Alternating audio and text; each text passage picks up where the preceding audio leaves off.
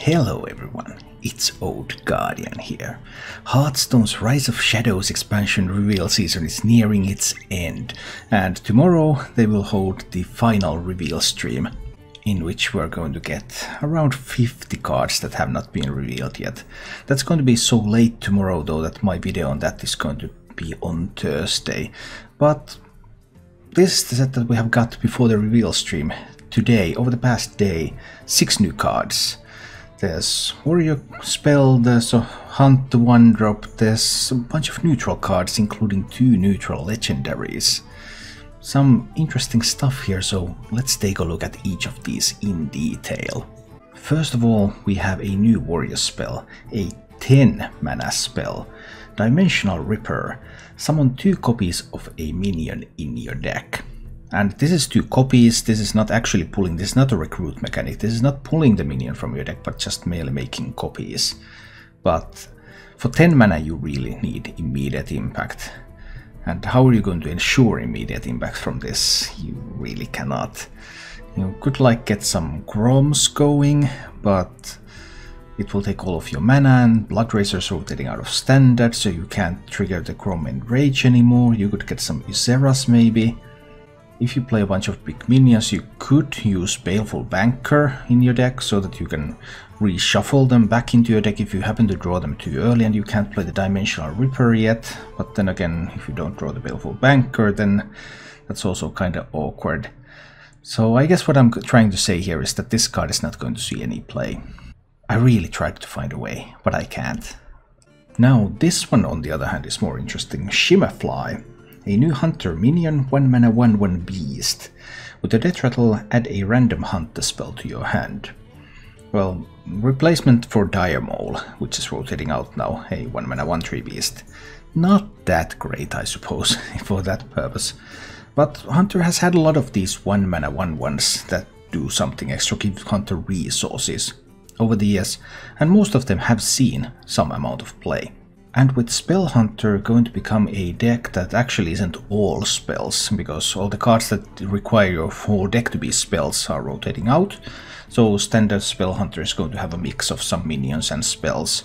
And if you have this sort of mid-range Spell Hunter type of deck that relies on Zul'jin as the last hurrah, run stuff like Unleash the Beast, it might run Shima Fly, have something to do on 1, get a random Hunter spell. I can totally see this card seeing play.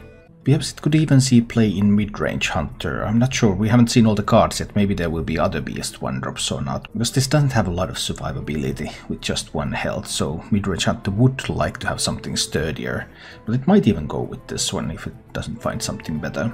Then we have Hench Clan Hag, a neutral 4 mana minion. It's a 3/3 with a battle cry to summon 2 1/1 amalgams with all minion types.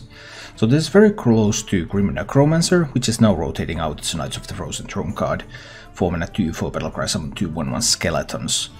And Grim Necromancer didn't see any play. It was used in a couple of 2 builds, a couple of token attempts, but those just dwindled out. They just couldn't get the job done. But of course, now the strength of the overall meta is going to be weaker, so Hench Clan Hag has, in that sense, a bit better of a chance. And it also compares quite alright compared to something like Explodinator, which so far has only seen play really in Mech 2, but made 4 mana 3/2 Mech with a battle card to summon 2/0 Goblin Bombs. Because the Hench Clan Hag's 1/1s are amalgams, so they are mechs, they are beasts, they are murlocs.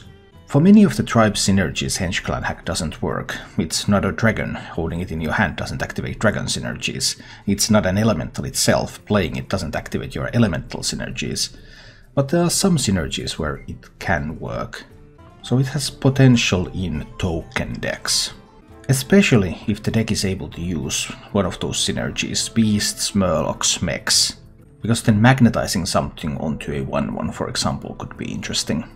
Next up we have this card. This card is insane.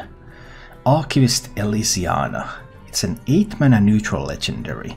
7/7, but with a battle cry. Discover 5 cards. Replace your deck with 2 copies of each. That's an insane control card. That's just mind boggles. Imagine you're being targeted by a car. Well, you can play Elysiana, and you can replace your deck. All the corrupted bloods are going away. Imagine you're being targeted by a bomb warrior. Bombs are being shuffled into your deck. You play Elysiana. You replace your deck, and you take all the bombs away. Or if you're just playing a control mirror and the game is going to fatigue, you're out of cards, you have no cards left in your deck, you play Elysiana, now you have 10 cards in your deck. Obviously this card is useless when facing aggressive decks, mid-range decks, but it truly purifies your own deck with fire and gives you a lot more stuff to go into fatigue. Overall looks like a really crazy control card to me. Another neutral legendary, and also a really interesting one, Barista Lynchin, a 5-mana 4/5 with Battlecry, add a copy of each of your other Battlecry minions to your hand. I like these kinds of cards a lot, because there are so many ways that you can build around this. Maybe you build this type of Shadowwork Hagata value Shaman deck with lots of Battlecry minions. And then when the opportune moment comes, you play Barista, you get some more Battlecry minions back to your hand, so you have even more value. Or maybe you're playing a token deck. There are now a bunch of cards, like the Hench Clan Hag and Explodinator, for example. These sort of cards with Battlecry to summon more tokens. So maybe you could have this in a token deck, and then you have a couple of token generators left alive on the board, and you play this and you get your token generators back, so if your board gets wiped after that, then you can just rebuild. The craziest one-turn combo I can think of with this one would be to play Omega Agent and then Barista Lynchin. Omega Agent summons 2 copies of itself, so there are 3 Omega Agents on the board. You play Barista, and you get 3 copies of Omega Agent back to your hand. So then you can just keep playing those Omega Agents on the next turns as well. Probably going to be too slow to be useful, but I really like this card design. There's just so many things that you can potentially do with this card. Finally, a neutral rare card, Exotic Mount Seller, a 7-mana 5/8. Whenever you cast a spell, summon a random 3-cost beast. Okay, so we're getting a lot of support for this sort of small spell mage deck, for example, with Vexcrow, with Archmage Antonidas. Could Exotic Mount Seller fit into that deck? How many payoff cards do you need in that deck? I mean, it costs the same as Antonidas, but if you have to choose between Antonidas and Mount Seller, I guess you pick Antonidas, because grabbing a bunch of fireballs to your hand kind of makes you feel more confident that you're able to close out the game than getting a bunch of 3-drops.